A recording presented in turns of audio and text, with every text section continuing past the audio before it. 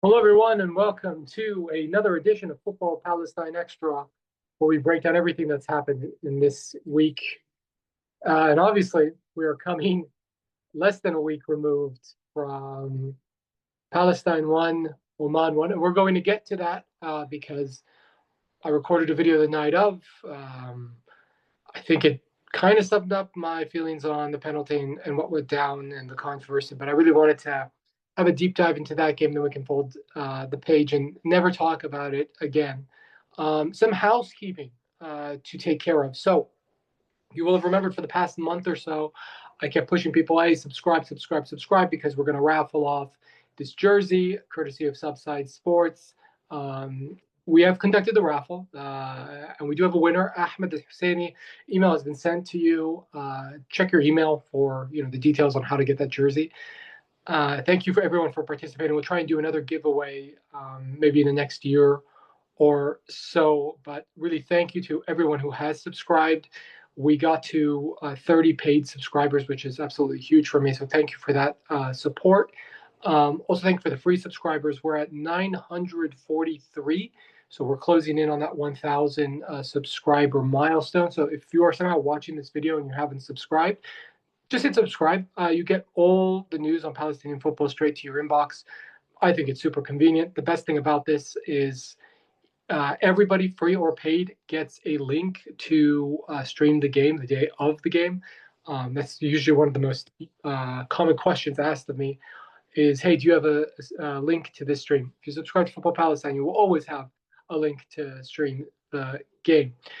So let's get into it. I want to talk about three things today. There's not really much to talk about as far as Palestinians playing abroad is concerned. There's really one player of note still playing. There's a couple of players in Libya that need to see out the season. But Wissam Abu Ali took part in the opening game of the Club World Cup. Had a good game. A goal ruled out for offsides by video review. And had a shot on goal. And then probably the highlight of this game was this amazing acrobatic clearance off the line to keep it 0-0. Not a horrible result. I think Al Ahly will feel hard done by. Trezeguet took a penalty kick in the first half. A little bit of controversy there because a lot of people thought Wissam Abu Ali or maybe another senior player would have taken that. But it was Trezeguet took it, and it was saved by the goalkeeper, Oscar Ustari. Not a bad result because Palmeiras and Porto drew 0-0. So basically all the teams are dead even on 1 point with the same amount of goals scored. So yeah, that pretty much covers our news for Palestinians abroad. So I want to focus on two things. One, what happens now? Because there is maybe a slight administrative issue when it comes to the result of that game and the refereeing of that game, and we'll get into what exactly the Palestine Football Association has asked the AFC and FIFA to do. And then before that, I want to get into kind of the game itself, because we really didn't analyze the game properly. And there will be a post-mortem about the entire World Cup qualifying campaign up on the site soon. But I think the penalty decision, and naturally, because it was just so controversial, papered over a lot of the decisions that kind of made that penalty consequential.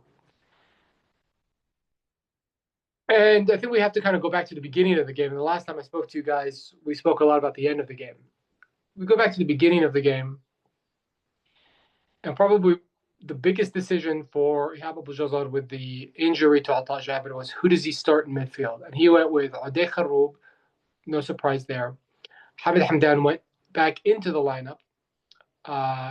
And then Agustin Mansour got his first start in national team colors. And I'm not really against any of those three players participating. I think they were all worthy of that. But strategically speaking, I think starting all three was a mistake, and I'll tell you why. This was a game Palestine had to win. If you look at it on paper, Palestine could have actually drawn the Kuwait game, won against Oman, and gone through.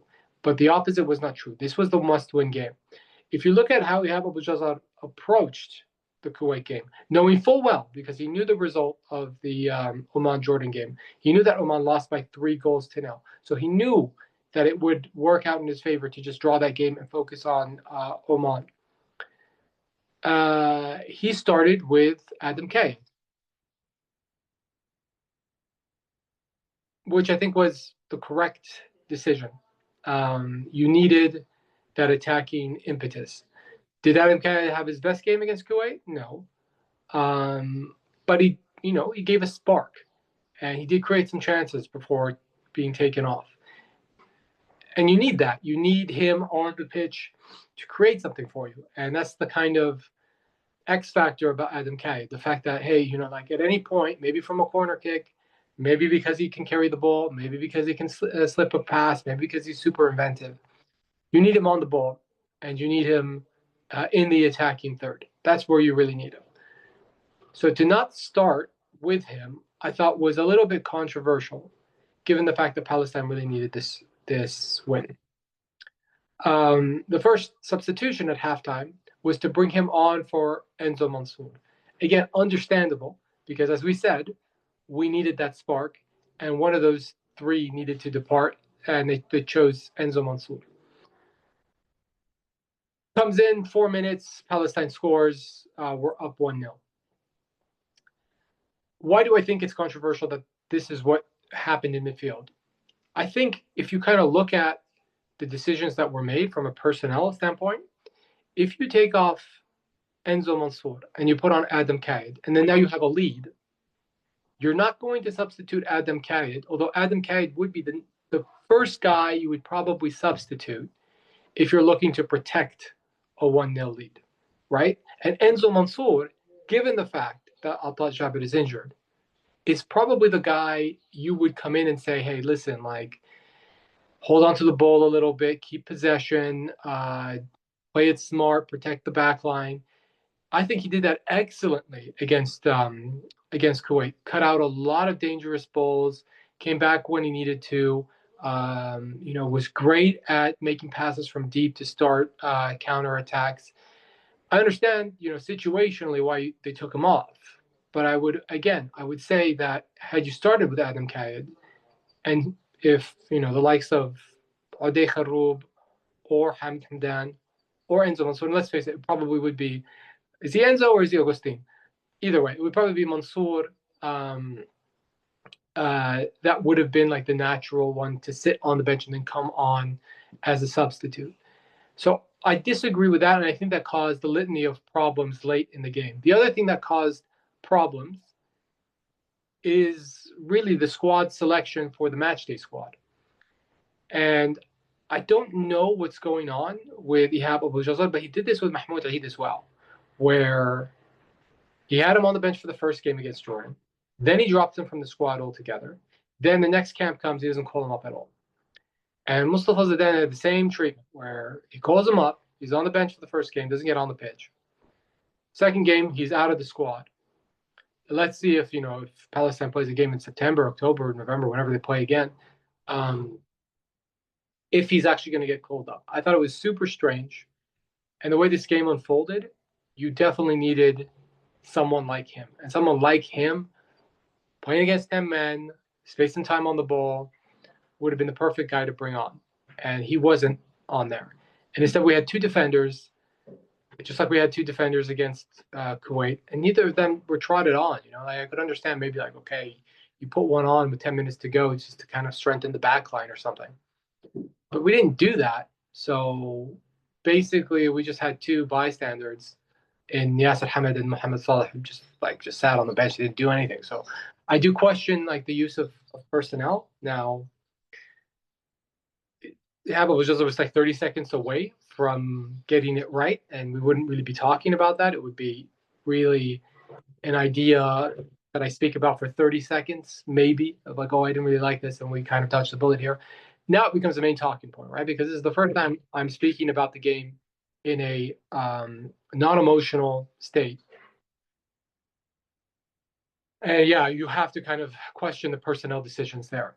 And if we're going to talk about personnel, we also have to talk about who came off late in the game and who came on, and what was going on there, because I thought Asad Hamlawi, in all his appearances as a substitute, the one thing he did was he bought energy and he worked hard and he threw his body around.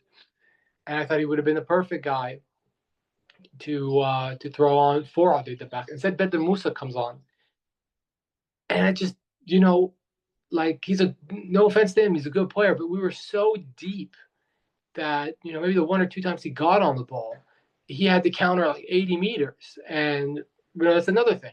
Apart from the personnel, from the tactics of it, why were we sitting so deep? We invited pressure when we should have been, in a mid block and not a low block, and we should have been trying to repel them and force them to go backwards. I don't know why we were so afraid from the speed in behind of Oman.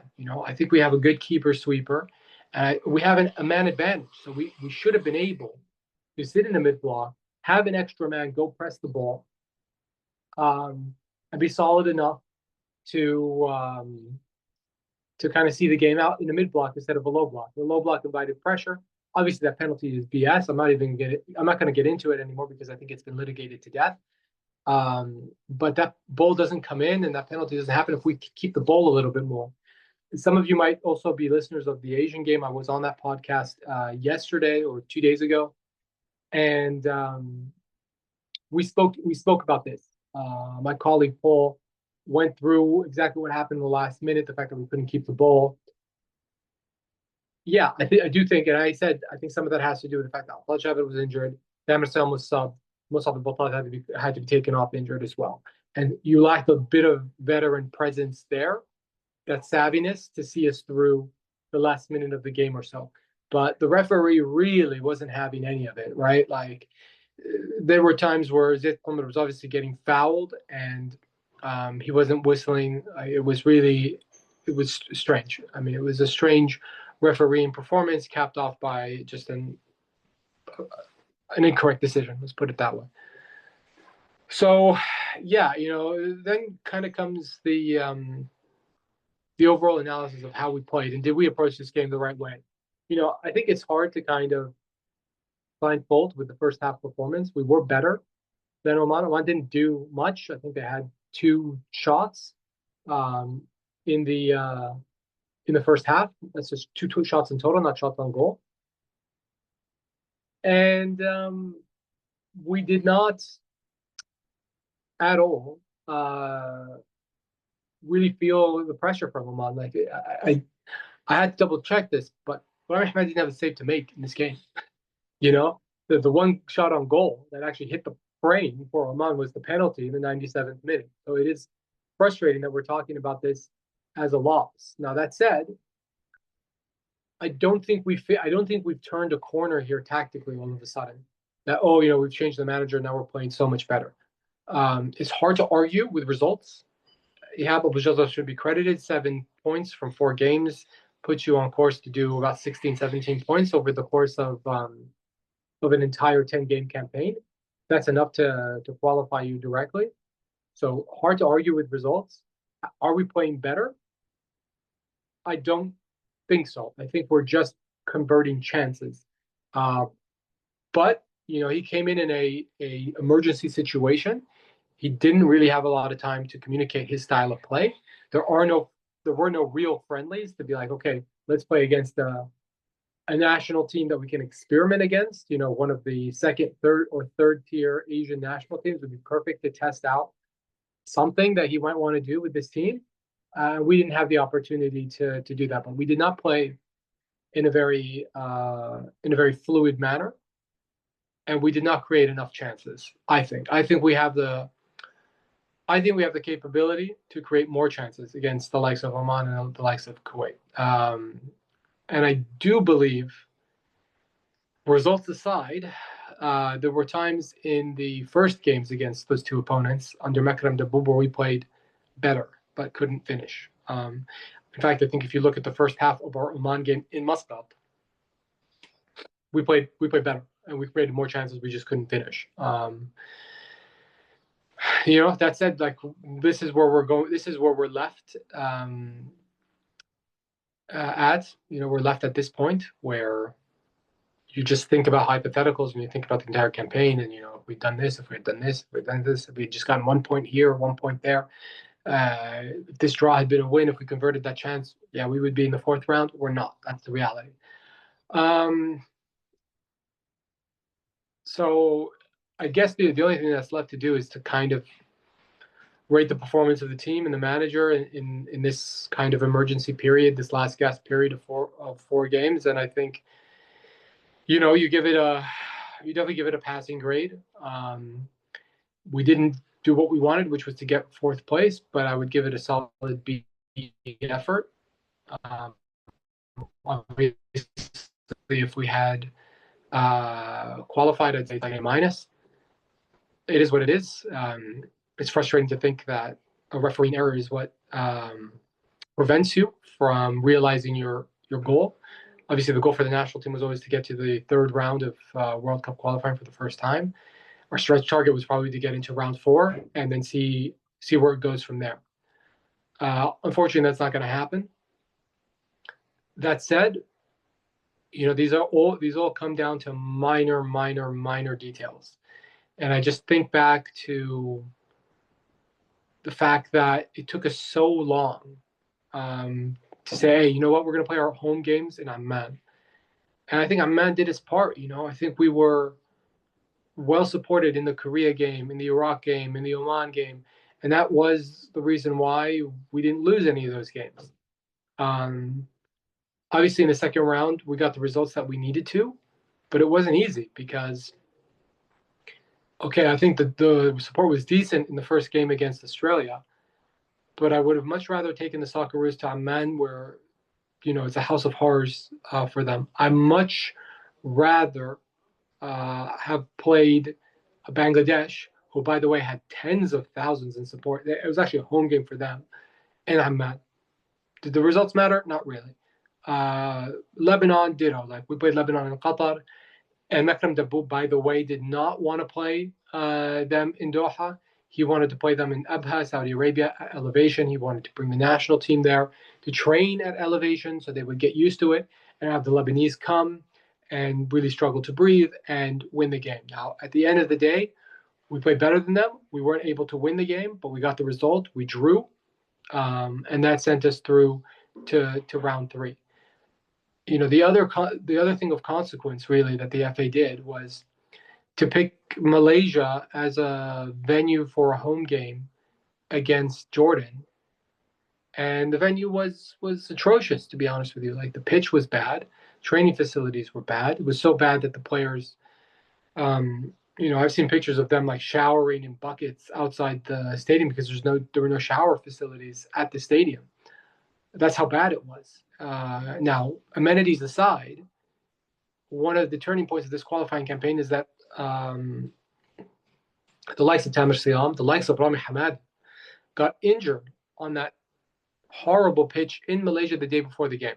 And that meant they couldn't play against Jordan. And that had a big effect in them not being able to get at least a point from that game.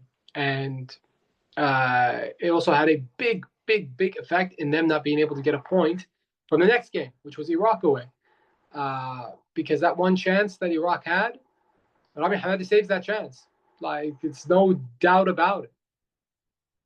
So, you're left here thinking like, oh my God, it was very close. And it doesn't really even come down to a refereeing decision. It comes down to how did you prepare? What did the FA do? Did they put the team in position to win? And the thing is, they failed on the minor details of things. I mean, even traveling for this game, Palestine departed Kuwait at 6 a.m. the next day. The players didn't sleep. Why would you do that? And if we want to talk about like minutia, you don't think that an extra night's sleep might have just a tiny bit of an effect on concentration, on energy levels, and the dying embers of the critical game that you cannot drop points in? You don't think it had an effect? I think it probably had an effect. So, we also have to look at ourselves. I don't blame the players. I don't even blame the coach all that much. I mean, we just went over what I think he could have done better. from a personnel standpoint, from a tactical standpoint. But the big reason why we are not going to the World Cup and Jordan is down to the FA.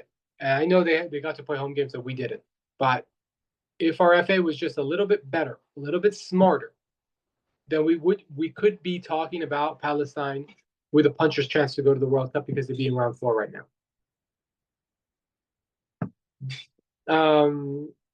So yeah, that's my opinion of the game, and there's going to be a post-mortem on this qualifying campaign up on the site soon. It might already be on the site by the time this video goes live.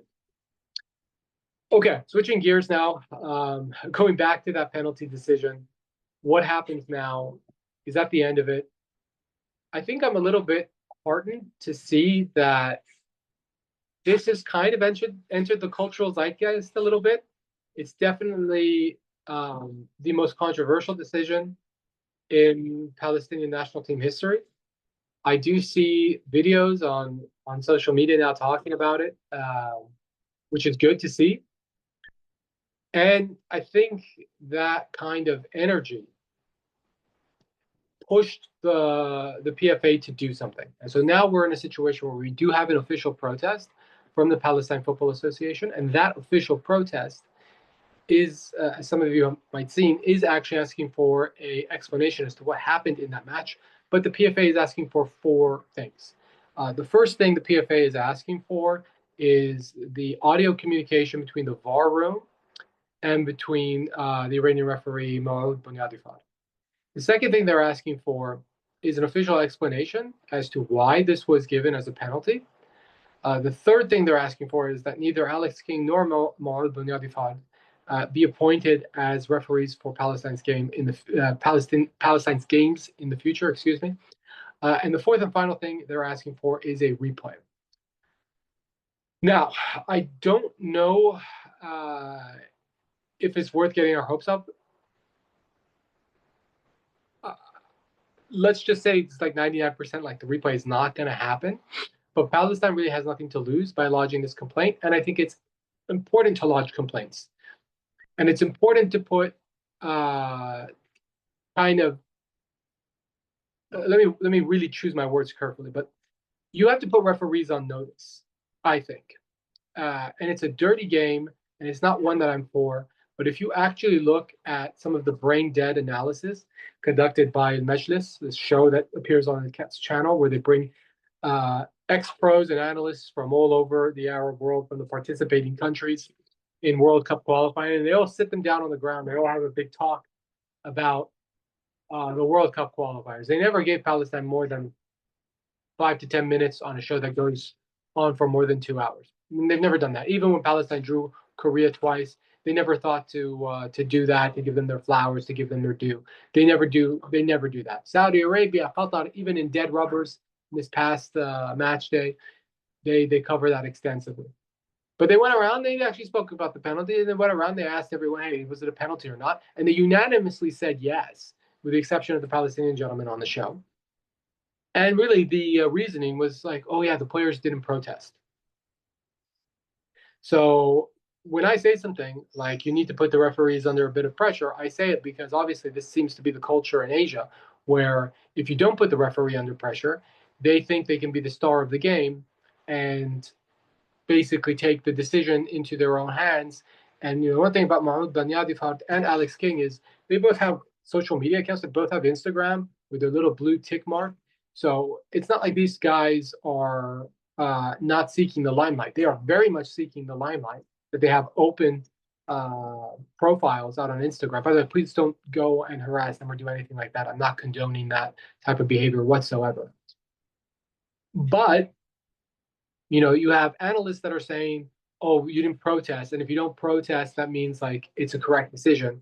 Then, you have to have the captain, who at that point in time was Rami Hamadi, because Battat and Siam were subbed off. He went to him and said, please look at VAR. And he started barking at him saying, like, I'm going to give you a red card.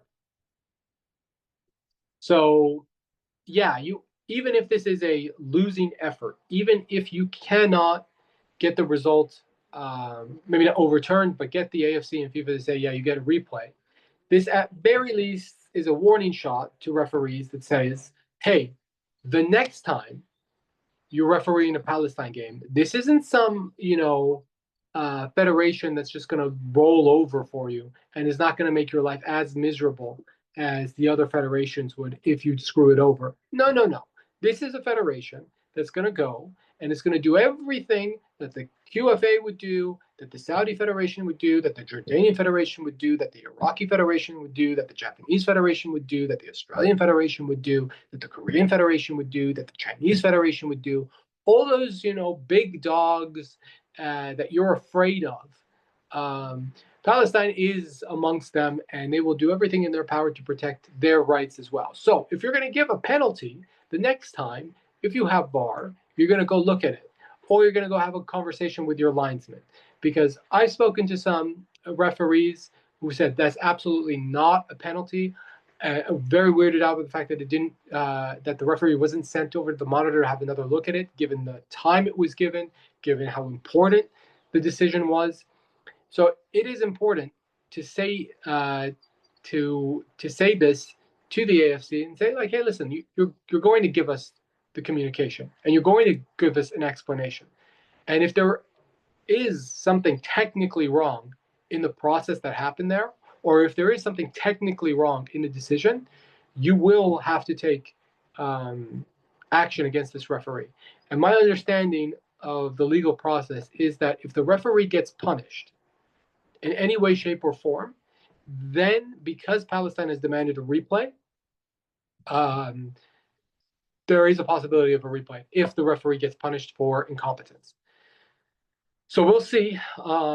It's about a 1% chance it happens. It's not likely to happen. I think that's the end of Palestine's World Cup qualifying hopes. Let's also remember that if they get a replay, it's not like they get to start the game with 30 seconds to go at 1-0. They have to play an entire 90-minute match and get themselves up for it. And there's no guarantee that the result will be the same. You could easily play another game and Oman beats you. So let's also keep that in mind. That said, I do think the PFA is doing the correct thing. Took them a while to come around to it, but I think they're doing the absolute correct thing here. It's not something that's going to get litigated over social media or in the traditional press and TV, just because Palestine doesn't have that type of media pull.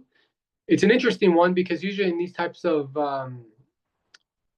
situations, a lot of respect is deferred unto the more established party. And, Oman are not exactly big dogs in the Asian Football Confederation. So it's going to be interesting to see what happens. They don't have all that much pull. We don't have all that much pull either. And, like the referee is not from one of the Gulf Arab countries, again, who I think he would have a bit of protection. He's from Iran.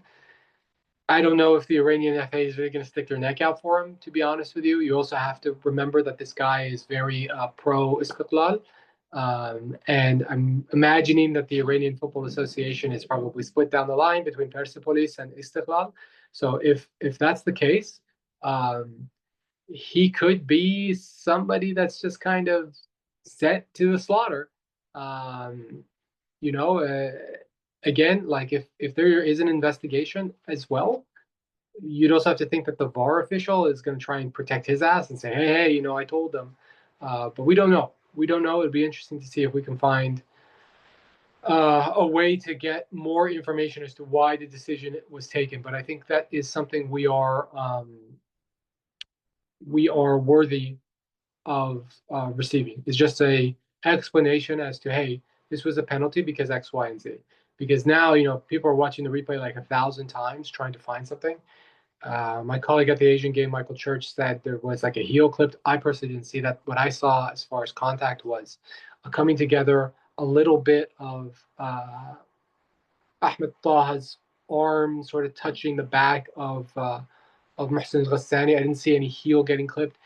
And regardless of whether it was an arm, whether it was a heel, whatever, what I can tell you 100% is Mohsen Ghassani goes flying because he launches himself on the ground. That's the reason why he goes down. It has nothing to do with any sort of contact he felt. So we'll see what comes of all this. We don't really have a timeline as to when it'll be decided. It'll also be interesting to see how far Palestine takes it. Um, World Cup qualifiers getting replayed, not all that common. I'm just going to pull one article that I was looking at because I did have a conversation with a colleague of mine that covers African football. And African football is absolutely crazy um, with just the amount of protesting that goes around refereeing. And obviously, another continent that suffers from maybe not so perfect refereeing, shall we say. Off the top of my head, the one qualifier that I remember being replayed in Asia is that famous 2006 World Cup qualifier, playoff between Uzbekistan and Bahrain. Uzbekistan was up 1-0, had a penalty awarded to them. There was encroachment, and the Japanese referee, instead of ordering it to be retaken, he ordered a goal kick for Bahrain. Obvious error. They did get the replay. It didn't work out in their favor because they drew 1-1. In Manama, they drew 0-0, and they went out on away goals. So, like I said, be careful what you wish for. Oh, because you get a replay, it doesn't mean you actually get the result overturned. Yeah, so 7 years ago, this is qualifying for 2018. South Africa versus Senegal was replayed. This is a World Cup qualifier because Joseph Lamptey of Ghana got a life ban. And what does it say here? This is an article from The Guardian. It says FIFA has ordered the World Cup qualifier between South Africa and Senegal to be replayed after the referee awarded a penalty for a non-existent handball and was banned for life for match manipulation. The game, which South Africa won 2-1 in November last year, will be replayed this November on a date still to be decided. It says it made the decision to order a replay after the Court of Arbitration for Sport upheld a life ban for the referee in question, Joseph Lamptey of Ghana. FIFA found Lamptey guilty of breaching the rule relating to unlawfully influencing match results. He gave a penalty for a non-existent handball against the Senegal defender Kalidou Koulibaly during the game in Polokwane, South Africa. Replays showed the ball struck Koulibaly's knee and dropped to the ground. South Africa scored the penalty and went on to win the qualifier for their only victory so far in the final round of qualifiers in Africa. A different result could leave a big impact on the South Africa-Senegal group. Senegal trailed joint leaders Burkina Faso and Cape Verde by a point. And so obviously, I don't know what the replay resulted in, but I do remember that in 2018 World Cup, Senegal was there. And I imagine that they replayed it. Let's actually look that up super quickly. So let's go South Africa, Senegal, 2018 World Cup qualifier. Apologies for my knuckles being in the shot.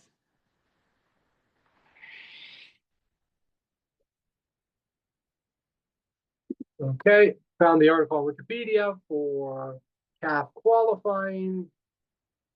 Now we just got to find this group.